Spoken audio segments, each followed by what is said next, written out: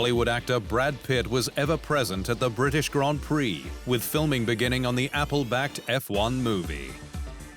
Pitt and co-star Damson Idris were suited up and on the Silverstone grid as part of the pre-race procedure, with converted F2 cars, both branded APX GP, running alone in between F1 sessions. And while the black and gold cars were allowed onto the back of the grid and part of the formation lap, with the sport providing open access, Pitt is adamant it will pay off with the end product. You've never seen speed. You've never seen just the G-forces like this. It's really, really exciting, he said. The currently untitled F1 picture is being produced by Jerry Bruckheimer Films, Pitt's Plan B Entertainment, and Sir Lewis Hamilton's Dawn Apollo Films banner, with the Brit acting as producer. Aston Martin, located on Silverstone's doorstep, hit the headlines ahead of the British Grand Prix, with the brand launching its new 37,000 square meter state-of-the-art F1 campus. The new $200 million mega factory, the first to be built in F1 for almost 2 decades, comprises 3 buildings and means that the brand will work from a single location for the first time in the history of the team's operation at Silverstone. With the squad's wind tunnel to be completed by the end of 2024, and hopes that it will be able to have an effect on the 2025 car.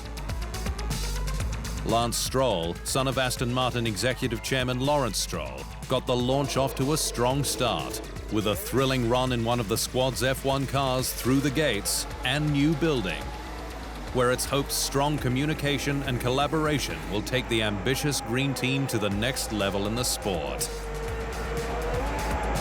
Here we have these many breaking areas or breakout areas where you can have a bite or have a coffee.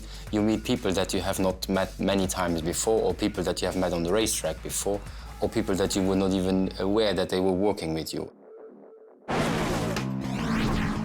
McLaren says it's unfair to compare its upgraded MCL 60 to the dominant Red Bull RB19 car, with team boss Andreas Stella stating that every team takes inspiration from any other team.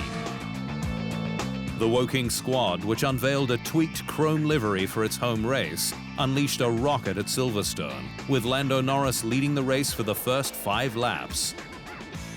But while he ultimately finished second, with Oscar Piastri fourth, Stella says taking inspiration from other cars is different to copying. Teams are equipped to try to absorb IP from looking at the photos and from looking at the cars on display on Friday, he said. So you do take inspiration from the other cars. Lando Norris says it doesn't matter whether he's happy or not about the future of McLaren. His contract states he's staying with the Woking squad until the end of the 2025 season. Until recent races, Norris had endured the hardest, toughest start to a campaign since he made his debut with McLaren in 2019, but told the sport's official podcast Beyond the Grid, the squad can do a lot more now than just wait for its new technical people to arrive. Whether I'm happy or not, my contract's in 25, so I'm part of McLaren. I'm in Bapaya until the end of 25. I really look forward to those times, but there's plenty of things that we can be and are doing better now without these people. We cannot blame our performance because we don't have this person or that person. There's other things that we just should have done better for many years in the first place. Norris admitted McLaren's start to its 2023 season was initially tough to swallow, given its consistent top 10s in 2021, when the Brit snatched 4 podiums and his maiden pole position. We were kind of on the up. I had, 4 or 5 podiums, and things were looking like they were heading all in the right direction, and then it took a decent hit last year. Everything you feel like you were getting close to, then you kind of lost it again.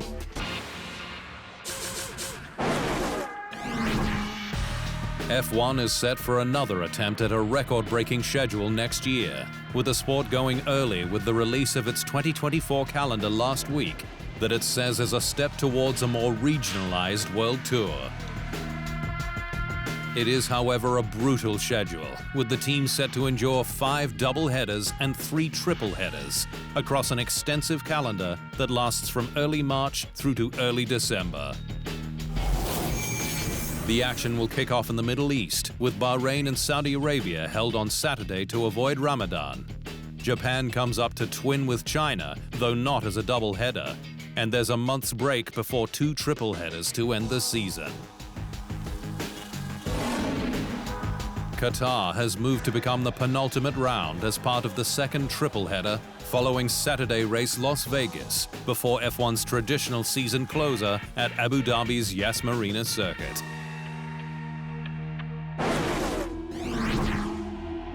Sir Lewis Hamilton has backed his fellow drivers in calling for changes to Belgium's Spa-Francorchamps following the death of Dutch talent Delano Vanterhoff at round 4 of the Formula Regional European Championship by Alpine earlier this month.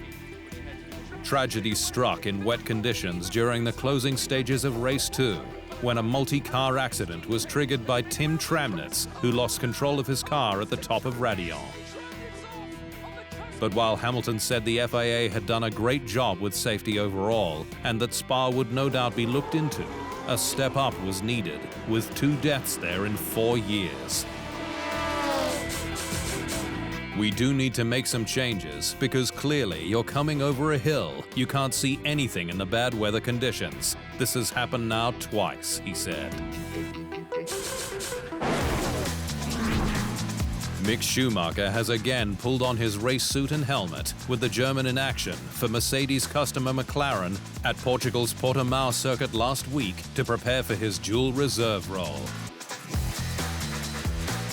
McLaren has called on its power unit partner for a reserve driver over the past few seasons, with Schumacher the latest racer in waiting to suit up on call for the former powerhouse Grand Prix squad. The German was in McLaren's 2021 car, the MCL 35M, given restrictions on current spec machinery, with the Portugal test staffed by some of the squad's mechanic and engineering apprentices and interns. Ferrari team boss Frederic Vasseur has poured cold water on new teams entering F1, stating they must have mega good reasons for the sport to let them in and benefit everybody in the paddock. The FIA is currently assessing bids from F1 aspirants for 2 prospective entries open from 2025, with the GM Cadillac-backed Andretti Autosport setup thought to be the leading contender. But Vasseur says it's not enough to just be all-American and rebadge a Renault power unit as per Andretti's plans. They have to bring something to F1. I don't think that the nationality of the team is an asset, he said. Mercedes says the lag in the FIA's messaging system at the start of the race in Austria meant the squad couldn't warn Sir Lewis Hamilton about track limits before he triggered his first infringement. Hamilton was handed an initial 5-second time penalty, which he served at his pit stop, and was given another 10 seconds by the stewards after the race for 5 further infringements. But while a lag in the FIA system was an issue to begin with, Hamilton kept falling foul of the regulations with an understeering W14. The problem with understeer is when you carry the speed in, you haven't really got the ability to tighten the line if you need to. So the simple issue for him was the combination of the nature of the corner and the curb, and the fact that he had this balance issue where the car wasn't turning strongly enough as he wound the lock on, meant that on a number of occasions he just ran wide, just drifted over that line, and ultimately that was what caused the penalty. Hamilton's Mercedes teammate George Russell and Alfa Romeo's Zhou Guanyu were the only drivers in Austria to have clean races.